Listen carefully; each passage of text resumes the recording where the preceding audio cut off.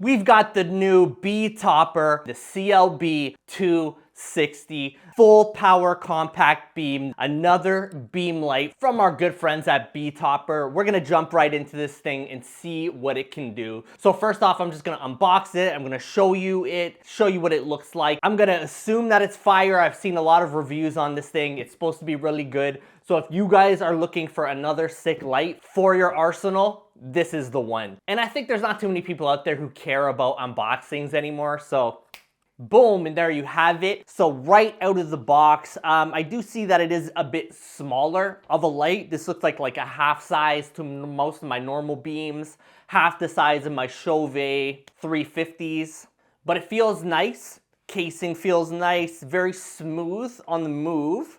It does stall out. Oh, no, I guess it's only going one way. It's stalled out right at the end. So I guess that's the end of the spin, but you can spin it out. It looks like pretty well, yeah, at least like 2 revolutions. Everything kind of moves nice. The light itself looks really cool, looks high quality. And one of the biggest things for me are these buttons right here. These guys get a 10 out of 10. There's so many times that between like lights that my buddy has got or some of the other ones that I've been sent, these buttons are usually like paper thin and you don't even know what's behind here. And it feels like if you push it too many times, eventually the plastic is just gonna snap and break on you. Right off the hop, this thing feels very quality, which I'm impressed with. It comes with a power con for your power cable, so make sure you know about power con. Make sure you guys got power cons. It comes with one, obviously, but these are really important to have. If you don't have a bunch of power cons, you could be in trouble. You're never normally gonna see power cons unless it's like a very high powered speaker, or subwoofers use power cons a lot as well. But a lot of these Chinese lights, they also use power cons. So this is something that you gotta know about. It's not your standard IEC connection that you just plug in and that we have millions of. It is power con. But other than that, like build quality, very solid. Feels like a very solid light. I'm impressed and I cannot wait to see what this thing can do. They got their engravings down the side, which is really nice. You don't see that too often. BeTopper down the side. A lot of them look like a knockoff, but this looks like an actual product branded that they built from the ground up. Shout out to people at BeTopper. I cannot wait to rock this. Let's go. All right, y'all, we are back with the BeTopper. It's been a few minutes. I had to wait for Soundswitch to update and add this light into the software so that I can show you guys kind of like the functions, the features, how it all works, and how sick this light is. So first things first, I found this sick little case. It's a perfect fit for these movers. For most movers, you're usually gonna have like a flight case, but if you just have something like this was so cheap. I think I paid like 20 bucks for this bag. I will link it in the comments. It absolutely fits perfect. I did keep the styrofoam inside of it just so it's kind of like built in comfort, and like this thing did fall over when I was transporting it one time, so they really came in handy, helped out, and it worked great. So here is the styrofoam, here is the light itself, and we are going to get right into this light right now. So we got the BeTopper CLB260 Beam Moving Head. Let's get into this thing, it's gonna be sick. All right, boom, so we got this, we got it in, we got it powered up, and it's ready to go. So as I said, we're gonna be using Soundswitch. I do have my screen recording, so you guys can follow along. You can kind of see how I set this thing up, how I got it ready to go, and we're gonna do it right from the top. So boom, we got Soundswitch open. If you're just adding in a new light, you're always gonna come here to the edit window, and then you're gonna come up here to DMX. You'll see this button DMX. We have to add the light itself to the DMX. So we're gonna come in here, we're gonna type BeTopper, boom, and then we need the CLB, moving head beam, it's right here. Our next position is 136. So that's very important. What we're gonna be doing, it's a 12 channel light. So what we're gonna do here is we're going to change the DMX itself because we are using DMX to control this light. We're gonna come in here, we go over to address, and then we just take this all the way up to 136. I don't know if you guys can see this, but now on the light itself, we're changing the DMX to address 136, and boom, we're in, we're good to go. Other than that, like you got your run mode, you could set it to sound, you can set it to auto. If you guys just wanna kinda see what it does, let's turn it to auto right now.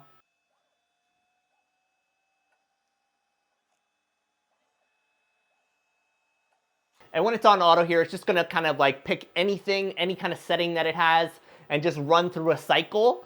The next best thing to do would be to set it to sound mode. And this is what, like, any one of us who's in the club, you're just gonna want it to change off of sound. So what it's doing right now, it's picking up any sound that's in the area, and it's just going crazy. So we're not looking for crazy. We're not looking for crazy. I like to keep my lights very simple, very basic, and clean. Making a clean light show to me is one of the most important things, and that's why I love Soundswitch. It just makes it so simple. You can pick up a light and be ready to go, like, pretty well like this. As long as the light is in the software, you're good to go. So we're here, we got 136, we're in, DMX position is good, Soundswitch is good, we got our light in, boom, that's it. Like, that's as simple as it is. Now we're gonna come over here, we're just gonna go to our MIDI. This is the way I like to kind of play around with the light and not really mess anything up. So we're gonna come down here, it's my last light. I've got a lot of lights in here if you're checking out the video. So many different lights, and they're all set up, all ready to go. And it's like, it's very easy. Your first slider here is just brightness, like how bright you want it to be. If it's dinner time, like, you're not gonna want it to be blinding people. So an easy way is just dim your lights down. But because we're not at a wedding right now, we're gonna brighten this thing right up. We wanna blind anyone. Someone walks in here, you're gonna lose your vision. And first things first, you got your gobo. So I think what I need to do is move the position to somewhere you guys can see it. So you're gonna come here, you're gonna pick your position, and then you would really just, you slide this around. It's got an X and Y axis. You guys should be able to see that, and it is blinding me. That's how bright it is. Looking at this sun right here, it's literally blinding me. So we got to do something about this ASAP. So, all right, we picked our position. Now we're going to go back to edit. Go back down here, turn it on. First things first, brightness all the way up. Let's crank her up. And then I set my down position.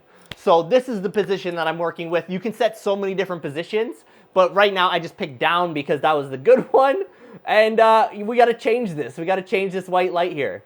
I'm going red because I need my vision. I cannot deal with that. That was so bright. Hopefully you guys can notice how crazy that is.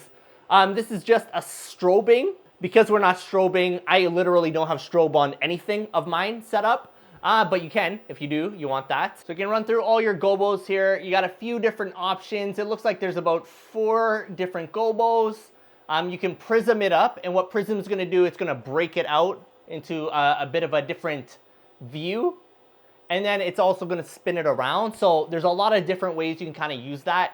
Because it's such a close distance, it's not gonna look the best. Let me see if I can kind of move this around for us.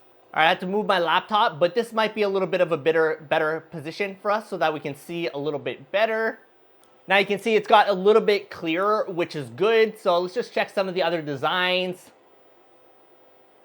It's a little X, crossy X. I believe, because I'm in the middle of a gobo here, you always want to kind of find the best one, because every time you're kind of moving this, it's got a little gobo inside of it, and if it's not on exactly the correct spot, it's gonna move and jank around like that, which is fine. It really just depends on you, kind of how you like it.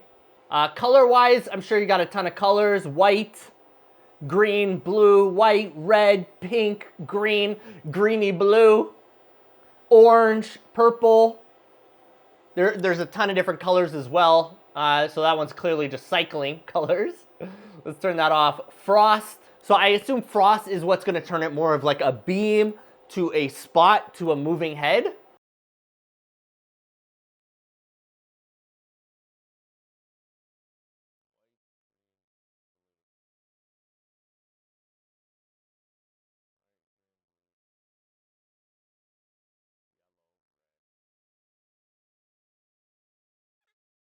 All in all, like, this light is not bad. It's got a lot of different options, different colors. Like, there's a ton of different colors in here. A bunch of gobos. It looks like there's almost like 10 different gobos in here. I'm sure like this is a lot like every other light that's out there where you can open it up and change the gobo. But for me, for most people out there, we're just gonna buy it, set it, and forget it. There's no point to go in there and start messing around with stuff. So overall, I would say this is pretty solid light. It's a cheaper light. I'm gonna link it to the comments in Amazon. Feel free to grab one. BeTopper, solid for any beginner, anyone trying to get into the game. There's definitely some functions that it is missing. You can't really focus, you can't really like dial in the light. But overall, like if this is your first light, I would go with it. BeTopper, shout out, like and subscribe. I will see you on the next one. Let's go.